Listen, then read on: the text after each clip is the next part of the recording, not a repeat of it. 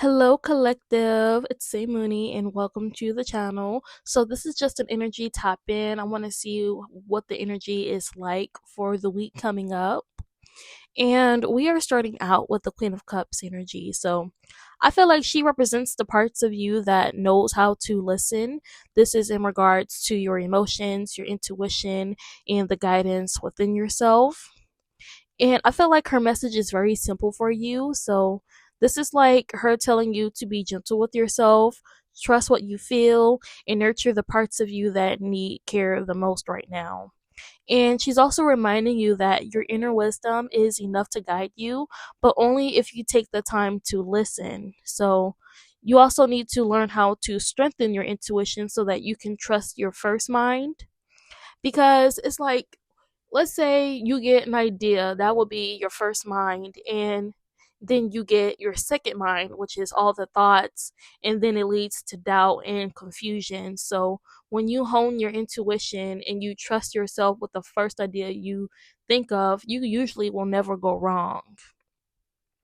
And then with those thoughts and then the confusion, you enter this double energy. So there's definitely something in the energy that is disrupting this calmness.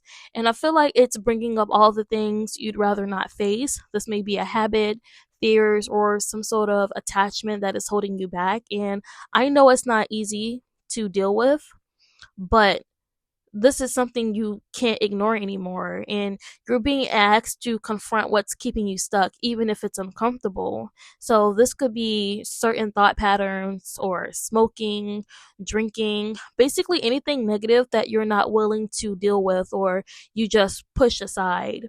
But once you confront what you've been ignoring, you'll enter the energy of the innocent. And this is like telling you to step back from overthinking and reconnect with a simpler, more joyful perspective.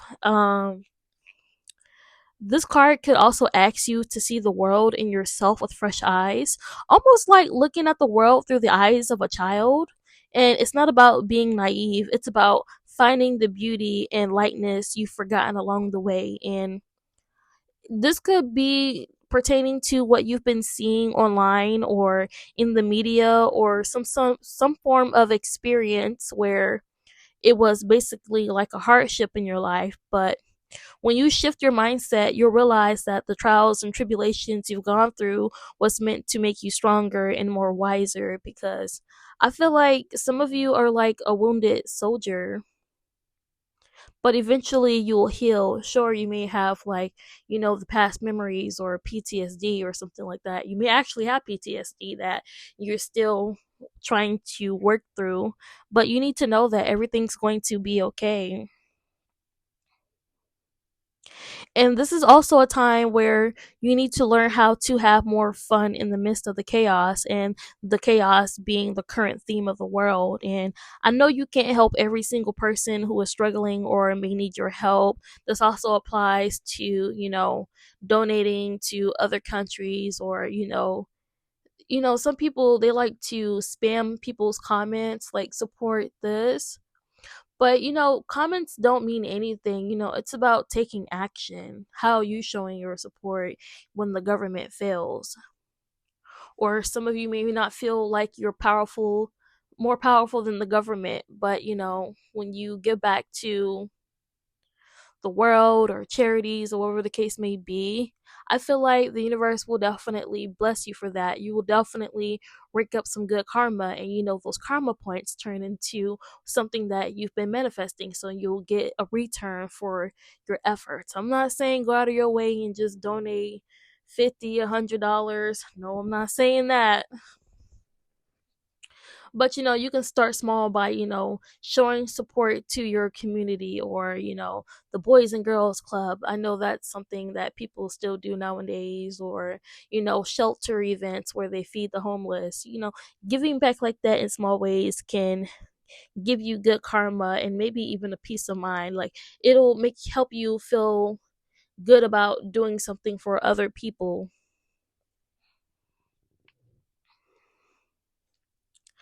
But that's on the side. That's something that, if you want to do for extra karma points.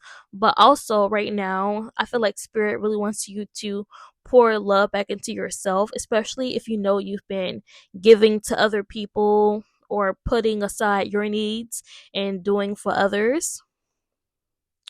But you were born in this world alone, you're going to leave alone, so you need to take care of you the best way you know how, or learn ways to improve the quality of your life. There's also a twin flame in your energy, and I feel like they're stirring something deep inside of you. um but it's something about a very specific connection you have with someone. This may be a sibling, a parent, a friend, and maybe a lover. That's only if you are romantically involved with someone. But the energy for this twin flame feels really big, and I feel like this relationship is like challenging you and pushing you and making you reflect back your strengths and weaknesses. And I feel like spirit is also highlighting what can happen when you enter a powerful transformation. Only when you are leaning into those deeper connections. So we have the Ten of Pentacles, the Six of Wands, the Knight of Cups in reverse, Temperance. So it's obvious that you've been juggling a lot. This may apply to work and home life specifically. You may be working two jobs or more. I don't know why I'm getting that, but I know it's hard out here in this economy, so it's definitely possible. I feel like you're trying to keep everything balanced, but it's kind of starting to feel overwhelming. So I feel like you need to pause and then prioritize. So make a list of everything that you need to tackle. This may apply to, like, a house cleaning list, a grocery list, how are you going to manage your job? What do you do first to last?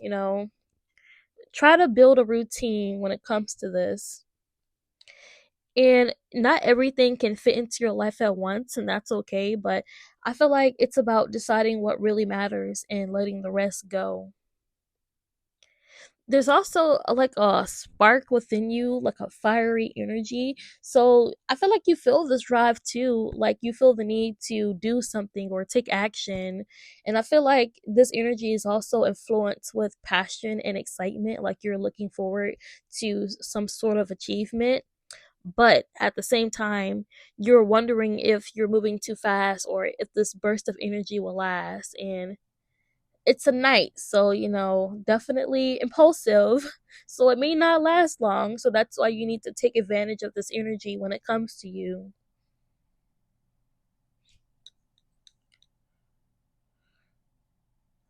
I feel like most of you are wondering if your efforts will pay off, and maybe you feel overlooked or unrecognized. And it's easy to start doubting yourself because you always listen to your second mind instead of the first.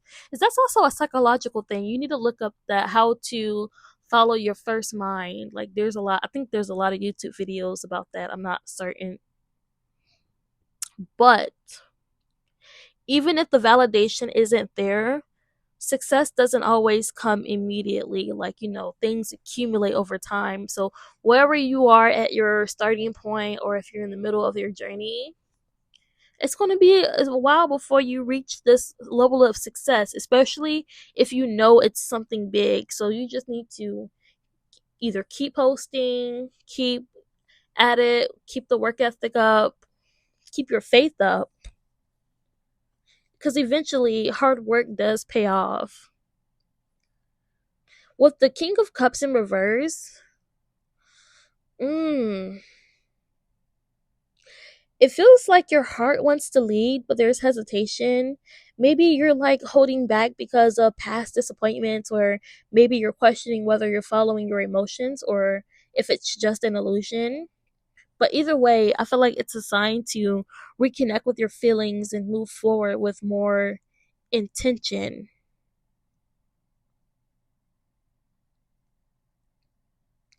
There's also a reminder here that things don't need to happen all at once. And I feel like spirit really wants you to trust in divine timing and allow everything to come together naturally. So it's definitely about going with the flow and about harmony within yourself and in your external world, like things that you can't control. Like, for example, you're waiting for a money manifestation, but it's from a specific place or facility. Even though you want this manifestation to come,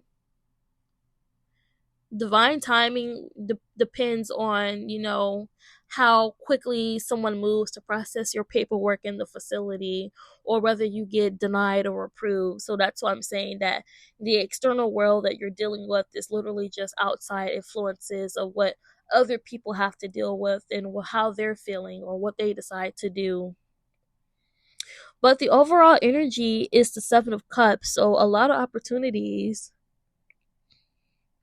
And this is also the energy you've been navigating the whole time, like choices, distractions, the challenges of figuring out what's real and what's not. Like, this is also a moment of clarity if you allow it to be.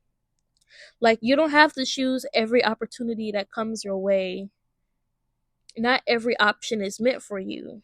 But the guidance here is to trust your intuition and take your time and let your choices reflect on what truly aligns with your path. So this applies to whatever you've been manifesting. Like, you want love, now you got multiple suitors. You wanted money, now you got a lot of job opportunities. But it doesn't mean that, you know, most of those lovers are good for you, because it may be only one.